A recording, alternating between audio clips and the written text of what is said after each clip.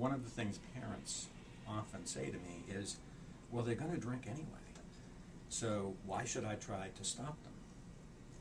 Well, in some ways, they're right.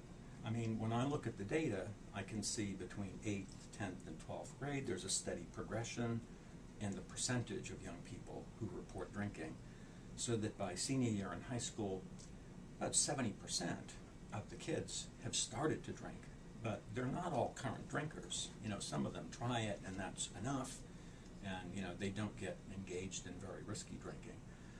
But still, you know, I have to look at, you know, a child, even my own, coming into teen years and say, the chances are 70% that by the time my child gets to senior year, they will have tried a drink of alcohol, not counting, you know, any sips that I might have allowed them to have at a social event.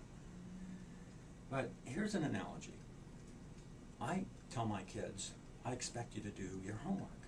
Now, does that mean they always do their homework? No. You know, I know that they're going to fail sometimes and they won't do the homework. Is my response to that to say, okay, you don't have to do your homework? Of course not.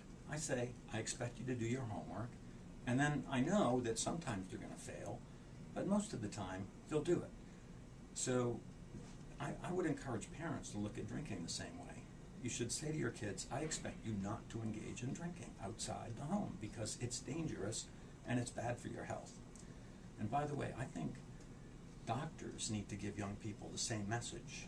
We have emerging evidence from scientific studies that it's very powerful when doctors just make simple statements like that.